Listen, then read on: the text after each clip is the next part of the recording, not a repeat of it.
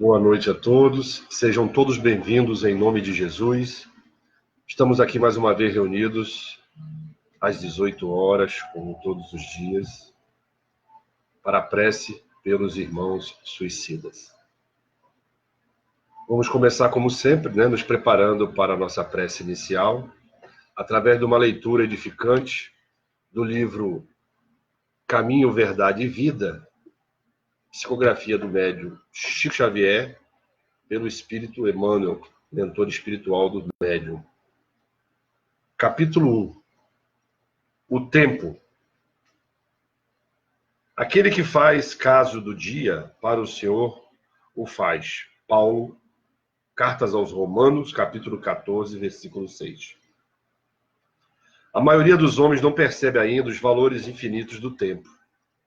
Existem efetivamente os que buscam dessa concessão divina, julgam que a riqueza dos benefícios lhe é devida por Deus. Seria justo, entretanto, interrogá-los quanto ao motivo de semelhante presunção.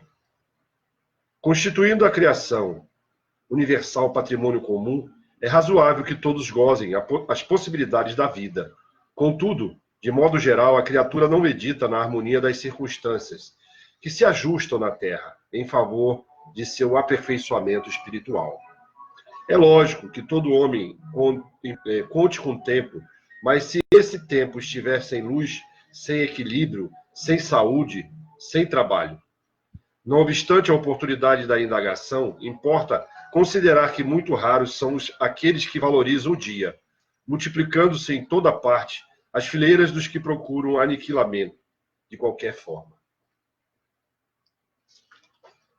A velha expressão popular matar o tempo reflete a inconsciência vulgar nesse sentido. Nos mais obscuros recantos da terra, há criaturas exterminando possibilidades sagradas. No entanto, um dia de paz, harmonia e iluminação é muito importante para o concurso humano na execução das leis divinas. Os interesses imediatistas do mundo clamam que o tempo é dinheiro, para em seguida recomeçarem todas as obras incompletas na esteira das reencarnações. Os homens, por isso mesmo, fazem e desfazem, constroem e destroem, aprendem levianamente e recapitulam, com dificuldade na conquista da experiência. Em quase todos os setores da evolução terrestre, vemos o abuso da oportunidade complicando os caminhos da vida. Entretanto, desde muitos séculos, os apóstolos nos afirmam que o tempo deve ser do Senhor. Vamos elevar nossos pensamentos a Jesus e pedir: Mestre querido,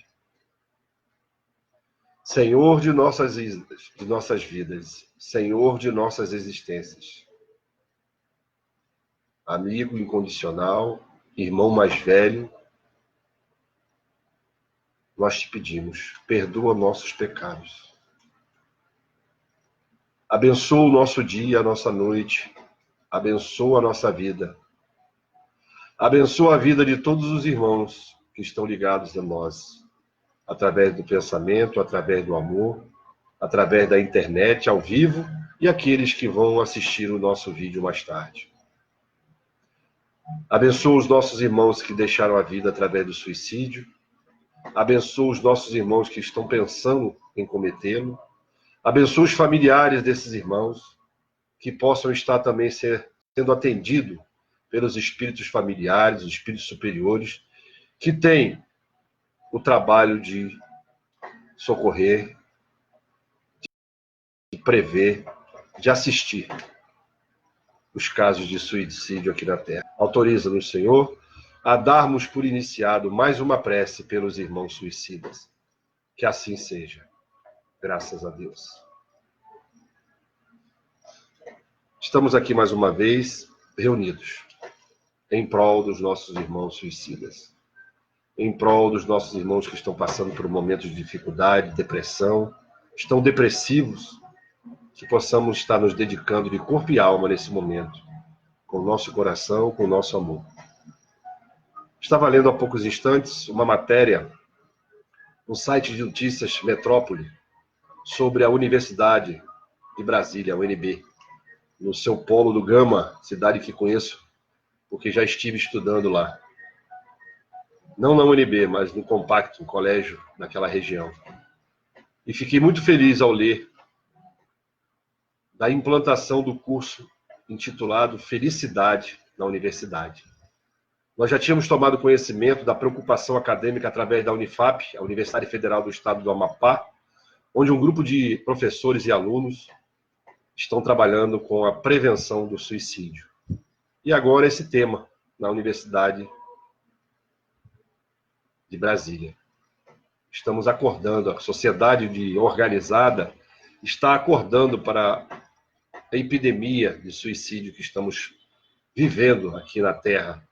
Não só no estado do Amapá, não só no Brasil, mas também no mundo todo. Os índices são assustadores. É preciso um olhar da sociedade para esse problema, para essa problemática. E ficamos felizes desse novo curso, que tem como base o princípio da cadeira de psicologia, né? E que estão também fazendo como uma matéria multidisciplinar, onde todos os professores de diversos segmentos da universidade vão estar participando dessas aulas.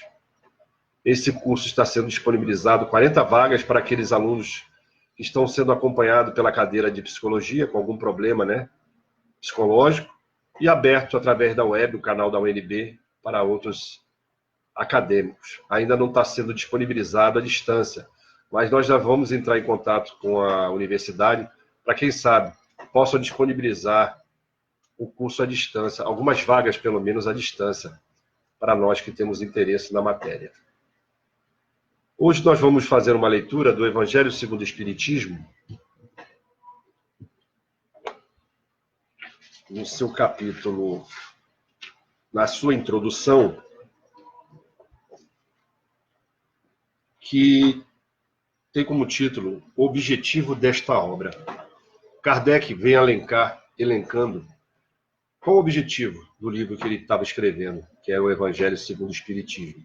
Para quem não sabe, o Evangelho segundo o Espiritismo é simplesmente, né, a interpretação dos bons espíritos superiores com relação ao Evangelho de Jesus quando esteve aqui na Terra, há mais de 2000 anos. Então, qual é o objetivo desta obra? É muito importante que a gente saiba, porque tem muitos irmãos que nos perguntam: vocês estudam, vocês falam de Jesus na doutrina espírita, no Espiritismo? Nós simplesmente só falamos de Jesus na doutrina espírita. As outras coisas e as outras teorias vêm depois de Jesus Cristo, né? Então vamos lá. Podem dividir-se em 5 partes as matérias contidas nos evangelhos: os atos comuns da vida de Jesus Cristo, os milagres, as predições, quer dizer, o que ele predisse, as palavras que foram tomadas pela Igreja Católica para fundamento de seus dogmas, e depois a Igreja Evangélica, né? A Igreja Protestante à época, e o ensino moral do Cristo Jesus. As 4 primeiras têm sido objeto de controvérsias. A última, porém, a moral, conservou-se constantemente inatacável. Diante desse código divino, a própria incredulidade se curva. É terreno onde todos os cultos podem reunir-se, todas as reuniões. Estandarte sobre o qual podem todos colocar-se, quaisquer que sejam suas crenças, porquanto jamais ele constituiu matéria das disputas religiosas, que sempre e por toda parte se originaram das questões dogmáticas.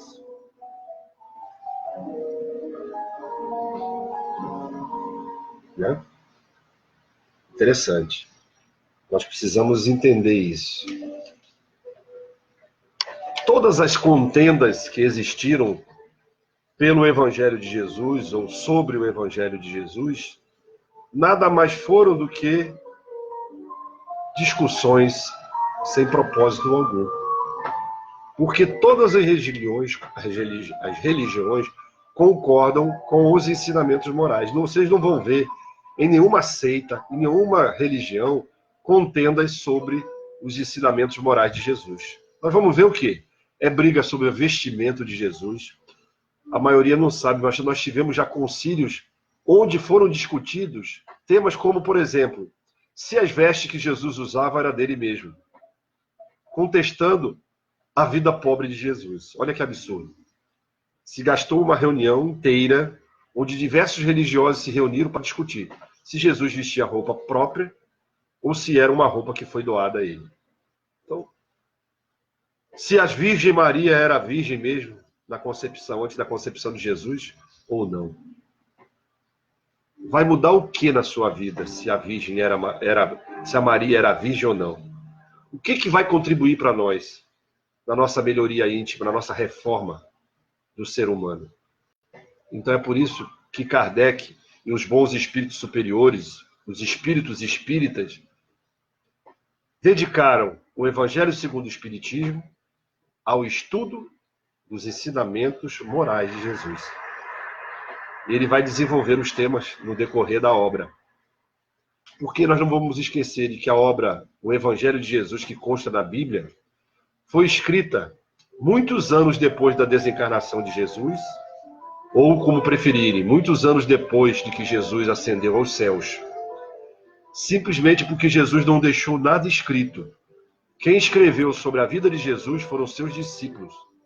Os discípulos que conviveram no dia a dia do Cristo.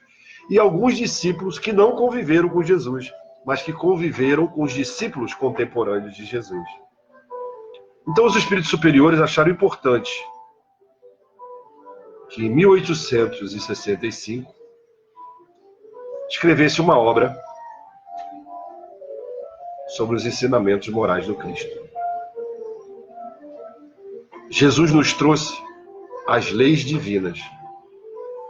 A principal, a lei áurea, a lei de amor. Então nós vamos seguir esses ensinamentos de Jesus de acordo com a visão espírita, para que possamos compreender que nós estamos sob as leis materiais e as leis espirituais. Vamos elevar nosso pensamento a Jesus mais uma vez para pedir pelos nossos irmãos que passam por sofrimentos atrozes, tanto pela morte física violenta, por acidentes e também pelos suicídios. Jesus, permanece conosco, Senhor. A tribulação da vida é muito difícil para a maioria de nós. Os sofrimentos psicológicos são tão difíceis. Os sofrimentos materiais, a fome, o desamor, nos atacam de uma maneira tão violenta, Senhor, que muitas das vezes nos vemos em condições de dizer: não somos capazes de suportar. Como vamos vencer? Dai-nos força, Senhor. Amplia a nossa fé. Amplia a fé dos nossos irmãos que passam por problemas tão difíceis que chegam ao ponto de pensar a tirar a própria vida. E também, Senhor, ampara aqueles que já tomaram a decisão, que saíram da vida pela própria mão.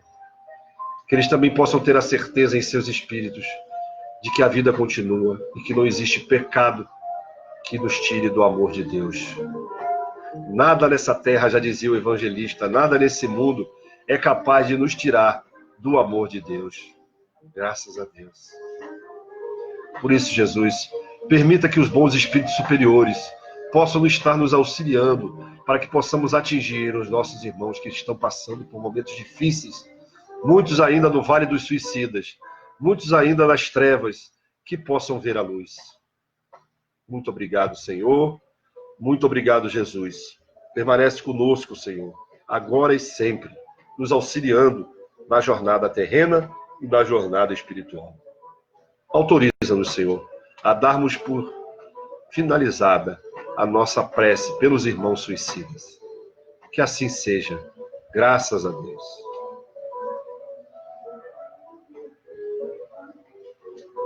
Obrigado a todos os irmãos que participaram conosco. Sejam todos bem-vindos amanhã, mais uma vez, às 18 horas, para que possamos continuar esse trabalho, que está só começando. Abençoa aqueles também que vão assistir em um outro momento, numa outra hora. E que estejamos aqui mais uma vez amanhã, às 18 horas. Muito obrigado a todos. Que tenham uma boa noite abençoada por Deus.